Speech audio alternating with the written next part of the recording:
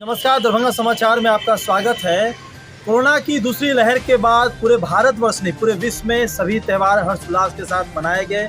काफ़ी संख्या में गाइडलाइंस भी था, उसको फॉलो करके भी मनाया गया।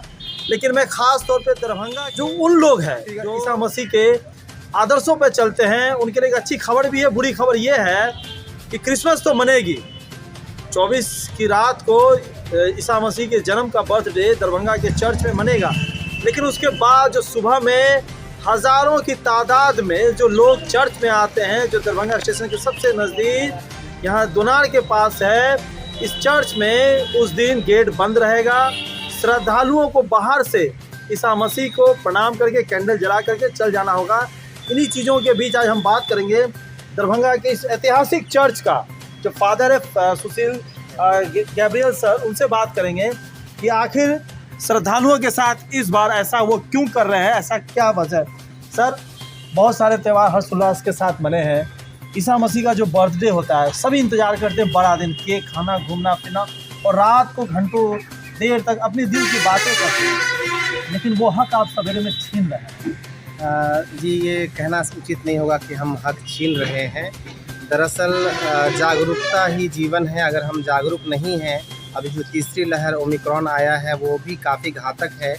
और यहाँ जिस प्रकार से जन सैलाब आता है, भीड़ नहीं आती है, जन सैलाब आता है जो दोपहर के बाद बहुत भयावह रूप ले लेती है, उसमें इस कोरोना को हराना संभव नहीं होगा।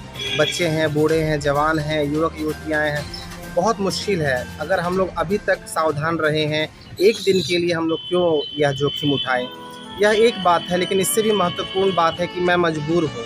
इस बार मैं असहाय हूँ, क्योंकि बीते वर्ष बारिश में हमारा जो चर्च का जो रास्ता है जिससे हम लोग निकास करते हैं, यह रास्ता क्षतिग्रस्त हो गया है, धंस गया है। जैसे कि आपको जानते हैं कि छोटी सी पहाड़ी है और ये थोड़ा सा लैंडस्लाइड हुआ है और पूरा रास्ता धंस गया है। इसका मरम्मती का कार्य जारी है। ये 3 से 4 महीना लगेगा, यह पूरा मरम्मत हो जाएगा, नया बनकर तैयार होगा।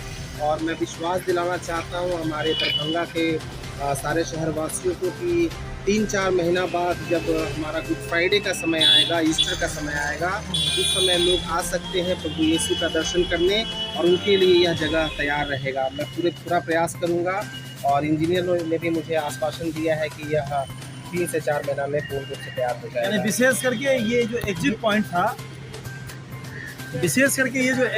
था, इस एग्जिट पॉइंट के वजह से ही लोगों को आप रोक रहे हैं कि क्योंकि कुछ दुर्घटना ना, कुछ भी दुर्घटना घट सकती है, और एक जन का भी जाना संभव नहीं है। वो दिख रहा है। इसमें तो जन सैलाब जाना जस्ट सोच से भी परे है। लेकिन फादर, ईसा मसीह के जन्म के दिन ये जो बड़ा पर्व होता है, सिर्फ उनको मानने वाले या ईसाई धर्म के लोग नहीं आते हैं।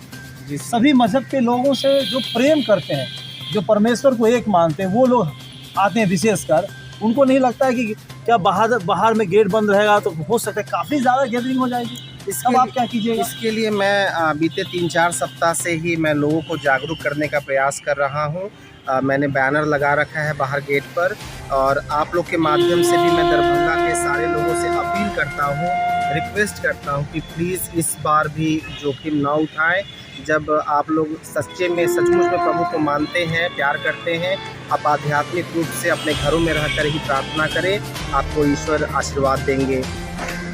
आपके माध्यम से मैं जब दरभंगा के जो हमारे विश्वासी लोग हैं, जो हमारे भक्तजन हैं, उनको मैं एक और संदेश देना चाहता हूँ कि मुझे सुनने में आया है कि कुछ लोग नन का ड्रेस या सिस्टर लोग का ड्रेस पहन के या फिर फ्रॉड करते हैं, यह कह करके कि चर्च में रिपेयरिंग के लिए मुझे पैसा चाहिए, चर्च में अनाथ बच्चों को पढ़ाने के लिए, खिलाने के लिए पैसा चाहिए।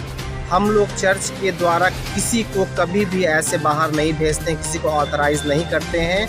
जो लोग अपने तरफ से दान देना चाहते हैं वो खुद चर्च में आकर के दान देते हैं। हम लोग बाहर ऐसे लोगों को नहीं भेजते हैं। अगर ऐसे लोग आपके पास आते हैं, अविलंब आप इसकी सूचना पुलिस को दें, और वैसे फ्रॉड लोगों को कानून के हवाले करें। अच्छा फादर, एक बात और होगी, आपने ये बात सही कहा है कि ऐसे लोग होते हैं जो बाहर में जा करके धर्म के नाम पे, किसी मंदिर मस्जिद के नाम से चंदा इकट्ठा करते हैं। तो उनको कैसे पता चलेगा कि फादर गैब्रियल्स को हम इन्फॉर्म करें? किस तरीके से आपको इन्फॉर्म करें? क्या चर्च में कुछ ऐसा व्यवस्था आपने किया? मेरे पास मेरा मोबाइल नंबर है, मैं आपके माध्यम से सार्वजनिक करना चाहता हूं। अगर ऐसा कोई करता है तो मेरा मोबाइल नंबर 9955440151 पर मुझे सूचित करें और अविलंब यथासंभव नज़दीकी पुलिस स्टेशन में भी सूचना दें।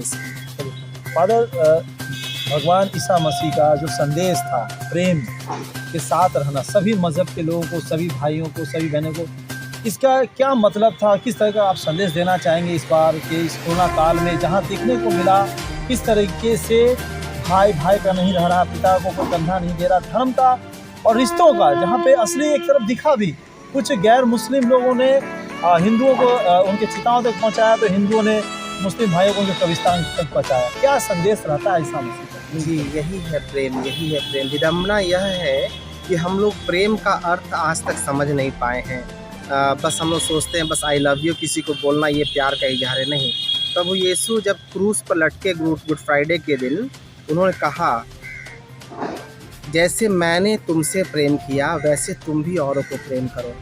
और प्रेम का अर्थ है बलिदान। प्रभु यीशु ने सारे मानव जाति के लिए, सारे मानव जाति के पापों के लिए अपने आप को बलि चढ़ा दिया, कुर्बान कर दिया।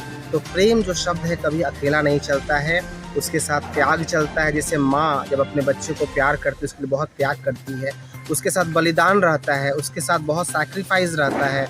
और सबसे अहम बात है, जब हम किसी से प्रेम करते हैं हम उसे क्षमा करते हैं, कभी बदला नहीं लेते हैं।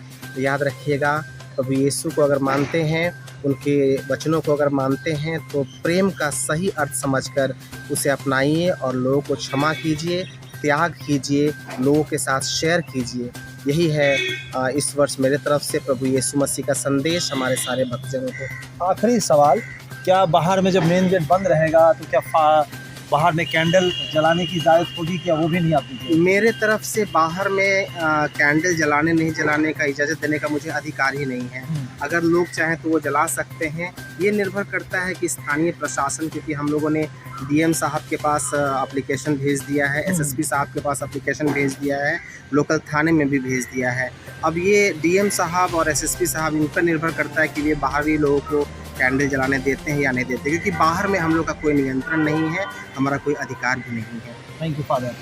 आप सुन रहे थे ये फादर है होली चर्च का जो 126वां मतलब इस बार मनाया जाएगा जश्न। 126 साल पुराना एक चर्च है, जिसमें ये डैमेज हुआ हिस्सा है, जिसे एग्जिट पॉइंट भी कह सकते हैं।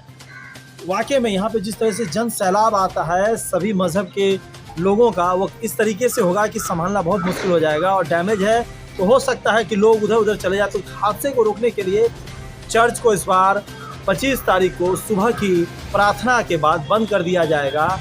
लेकिन जो फादर सुशील गैब्रियल्स ने कहा, प्रेम का अर्थ त्याग है, बलिदान है और मिल करके रहना है, ये बहुत अच्छी बात उन्होंने कही है।